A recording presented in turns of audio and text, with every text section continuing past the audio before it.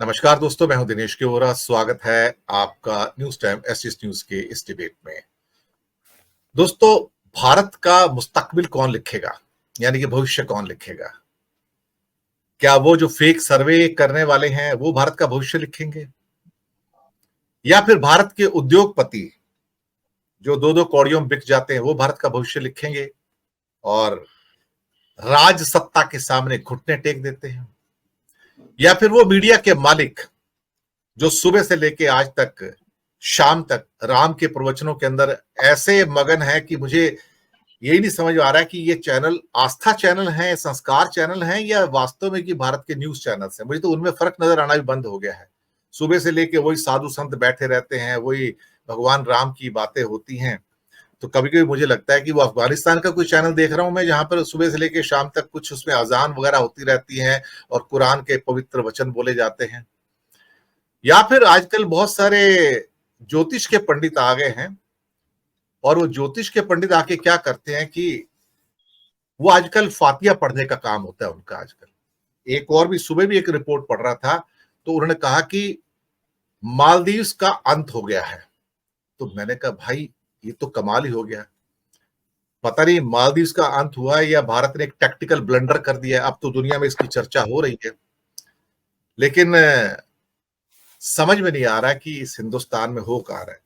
लेकिन हाँ, कल का जब मैंने एक फोटोग्राफ देखा और उसको मैंने प्रोग्राम किया, जहां पे मोहम्मद मोइजू को एक रेड कारपेट वेलकम अपना जिनपिंग ने दिया, तो मेरी कल्पना लोक से बाहर था कि इस लेवल का लीडर को तो जिनपिंग मिलते भी नहीं, कभी चाइना के अंदर मुलाकात भी नहीं करते हैं। वो अपने विदेश मंत्री को या किसी दूसरे उनके छोटे ओहदे वाले व्यक्ति हैं, वो उनसे मुलाकात करते हैं। इस लेवल के जिनपिंग तो मुलाकात करने के लिए सिर्फ पुतिन के साथ आएंगे या फिर बाइडेन के साथ आएंगे या कोई बहुत हाई लेवल का नेता होगा। और ये मोहम्मद मुइजू को रेड कारपेट वेलकम दे रहे हैं, एक ही कारपेट में दोनों चलते हैं, और उनको फिर गारद की सलामी भी दी जा रही है। मैं यहीं पर समझ गया कि शायद मालदीव्स को मोदी जी ने नए साल के गिफ्ट के रूप में प्लेटर पे चाइना को सौंप दिया। लेकिन लोग नहीं समझ पाएंगे कि पर्दे के पीछे का खेल क्या हुआ और हमने कैसे अपने पैरों पर नेपाल भूटान के बाद एक कुल्हाड़ी और मार ली। खैर, टॉपिक ये है कि क्या भारत का भविष्य अब कौन लिखने जा रहा है? ये सर्वे करने वाले, ये ज्योतिष पंडित, ये मीडिया मालिक, या फिर ये उद्योगपति जो पूरी तरह से बिक चुके हैं, जिनकी अपनी नैतिकता कुछ नहीं बची है? तो ये भारत का मुस्तकबिल क्या होगा, इसका भविष्य क्या होगा, हम कहां जाएंगे अल्टीमेटली यहां से? अगर यही लोग भारत का मुस्तकबिल लिखेंगे तो फिर हम लोग कौन है यहाँ पर? तो जो खेतों में काम करने वाले करोड़ों किसान हैं वो कौन है? जो करोड़ों मजदूर हैं वो कौन है? जो लाखों जवान सीमा के ऊपर काम कर रहे हैं, दिन रात देश की निगरानी कर रहे हैं, तो वो कौन है? या हमारे वैज्ञानिक या हमारे शिक्षक, हमारे छात्र जो प्रतिदिन इतनी मेहनत कर रहे हैं, तो वो कौन है अल्टीमेटली? ये चंद लोग अगर भारत का मुस्तकबिल लिखेंगे तो हम क्या सारे बेवकूफ हैं? इसका मतलब मूर्ख हैं? यही विषय है। चर्चा करने के लिए हमारे साथ अरुण कुमार शर्मा जी, सुनील शुक्ला, हेमंत कुमार जी, अनिल जैन जी, आप सबका स्वागत है और जय हिंद। नमस्कार। शुक्ला जी, पहले आपके पास ही आता हूं। ये परिस्थितियां ठीक नहीं है किसी भी देश के लिए, लेकिन जिस ढंग से अनैतिकता का वास हुआ है, जिस ढंग से अमर्यादित चीजें हो रही हैं, जिस ढंग से चाटुकारिता और भांडपन हो रहा है इस देश में, ऐसे देश कैसे तरक्की करेंगे? मुझे नहीं लगता कि ऐसे देश का भविष्य फिर बहुत उज्जवल होगा, क्योंकि यही वो लोग होंगे जो आज इनके हाथों बिक गए, कल किसी और के हाथ में बिक जाएंगे। बिके हुए लोग मुस्तकबिल नहीं लिखा करते, भविष्य नहीं लिखा करते। सुनील शुक्ला जी। धन्यवाद दिनेश जी।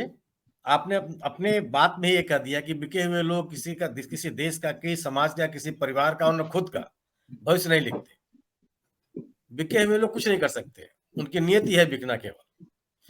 और पूरा का पूरा समाज बिक जाए ये कभी होता नहीं, बड़ी संख्या में लोग बिक जाए ये कभी होता नहीं है। भाग्य लिखने का सौभाग्य सबको नहीं मिलता, देश को आगे बढ़ाने का सौभाग्य सबको नहीं मिलता। और जो जो देश को आगे बढ़ाने की जिम्मेदारी लेते हैं और उस जिम्मेदारी का सम्यक निर्वहन करते हैं, वो अलग तरह के लोग होते हैं, बिरले किस्म के लोग होते हैं। हर घर में गांधी थोड़े पैदा होता है, पूरे देश में एक गांधी पैदा होता है, पूरी दुनिया में एक गांधी पैदा होता है, उसके पैरेलल कोई व्यक्ति नहीं होता। जी, लेकिन ज़रूर ये जो लोग आप ये जिनकी आप चर्चा कर रहे हैं, उनकी गतिविधियाँ हमको निराश करती हैं। लेकिन वो कुछ लोग हैं, गिने-चुने लोग हैं। अ, म किसी युग में ऐसा नहीं हुआ जिस युग में इस तरह के लोग न हुए हों, जो अपने स्वार्थों के लिए, अपने लाभों के लिए अपने से ऊपर नहीं उठ पाए हो। ऐसे लोग हमें हर काल में, हर दौर में, इतिहास के हर दौर में पैदा हुए हैं। कोई ऐसा समय नहीं आ रहा या जब न रहे हों। लेकिन इनकी संख्या बड़ी सीमित होती है। जिस समाज में आगे बढ़ने की क्षमता है, वो समाज आगे बढ़ता है। और किस समाज में आगे बढ़ने की कितनी क्षमता है, ये इस बात पर निर्भर करता है कि उसके पूर्वज कैसे रहे। उन्होंने किस तरह की विरासत हमारे उस समाज के लिए, उस देश के लिए, उस परिवार के लिए छोड़ी है। और अगर हम कम से कम अपने देश के बारे में इस बात के लिए गर्व कर सकते हैं कि हमारे नायकों ने, हमारे पूर्वजों ने एक बड़ी मजबूत लीगेसी, मजबूत परंपरा छोड़ी है। ये 2, 4, 10, 15, 20 लोगों के बिक जाने से ऐसा नहीं होता कि पूरा का पूरा समाज बैठ जाए या हमारी जो हमारा जो भविष्य है, उसी के ऊपर अंधेरा छा जाए। कुछ लोग हैं ये, लेकिन इन्हीं कुछ लोगों से ज़्यादा ऐसे लोग हैं, जो अपनी पूरी ताकत के साथ जो यथार्थ है उसकी बात करने के लिए आमादा हैं। आखिर इस पूरे सत्ता के घटाटोप में भी 4 शंकराचार्य तो निकले जिन्होंने कहा कि नहीं जो कुछ हो रहा है गलत हो रहा है। जो माहौल बनाने की कोशिश की जा रही है, वो गलत क तर की जा के गलत तरीके से की जा रही है। ये धार्मिक आयोजन नहीं है। जो धार्मिक शास्त्रीयता होती है, उससे काम नहीं चलता। और 2-4 लोग ऐसे हैं जो इस तरह की बात करते रहते हैं, तो उससे बात बिगड़ती थोड़े है। अगर इस देश के लगभग सभी विपक्षी दलों ने इस पूरे स के अयोध्या के इस राजनीतिक आयोजन से अपने आप को अलग कर लिया, तो कैसे अब निराश कैसे हुआ जा सकता है? ऐसा तो है नहीं कि सब के सब सत्ता के साथ खड़े हो गए या उन चाटुकारों के साथ खड़े हो गए जो सुबह से शाम तक तथ्य बताने के लिए तैयार नहीं है लोगों के सामने। लेकिन तथ्य जो है राख ढाँकने से आग बुझती नहीं है, वो छुपती भी नहीं है, कभी हुआ नहीं है। या उसका चरित्र है, आग का ये चरित्र है कि आप उस पर राख डालेंगे तो बुझ नहीं जाएगी। आपको एहसास नहीं होगा, ज्यों आप पैर डालेंगे तो जला देगी आपको। तो इसलिए ये स्थितियाँ नहीं है, लेकिन निश्चित रूप से जब ज़िम्मेदार किस्म के लोग जिनसे आप बहुत कुछ अपेक्षा रखते हैं, जिनसे समाज भी अपेक्षा रखता है, वो अगर इस तरह के अपनी ज़िम्मेदारियों से भागते हैं, तो निराशा होती है। लेकिन इस तरह का निराशा की स्थिति नहीं है कि आदमी चुप बैठ जाए या मान ले कि अब कुछ होने वाला नहीं है।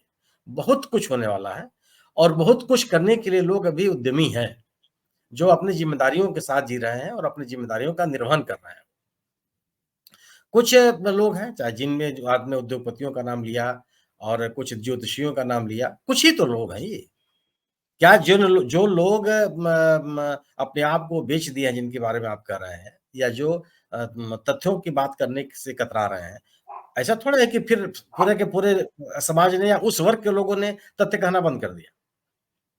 कुछ लोग कह रहे हैं, कहते रहें और ये ऐसा नहीं होता कि इन चीज़ों का असर पड़ता ऐसा असर पड़ता है कि समाज निष्क्रिय हो जाए, चाहे वो जो तथ्य है, वास्तविकता है, उससे अनभिज्ञ हो जाए।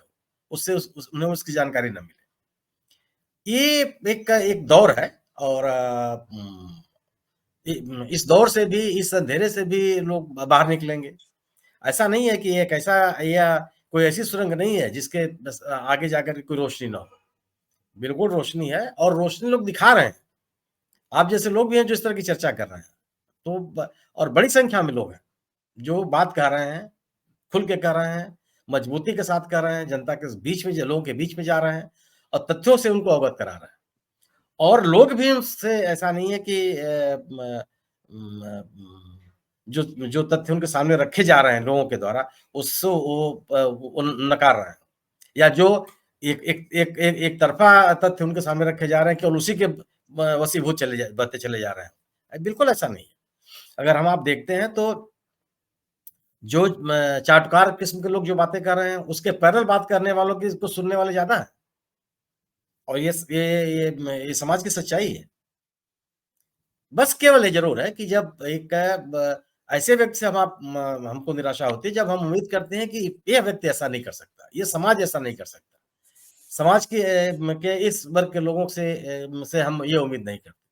लेकिन कोई इस तरह की निराशाजनक स्थिति नहीं है कि लोग हाँ, समाज में जब उत्सुकता नहीं रहती, लोग जानना नहीं चाहते या एक ऐसे दौर में चले जाते हैं कि जो कुछ भी उनको बताया जा रहा है वो केवल उसी को स्वीकार कर रहे हैं।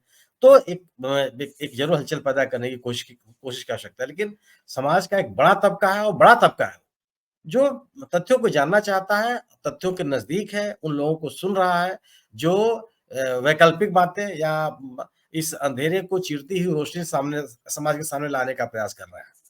मेरा अपना मानना ये है कि ऐसे लोगों की संख्या ज़्यादा है, जो बिके हुए लोगों की तुलना में सक्रिय हैं, तथ्यों के साथ सक्रिय हैं और अपनी बात पूरी जो दमदारी के साथ, तर्कों के साथ लोगों के बीच में ले जाने का प्रयास कर रहा है। और लोग भी उसको उतनी ही गंभीरता के साथ स्वीकार भी कर रहे हैं। जी। बात आपने बिल्कुल सही कही।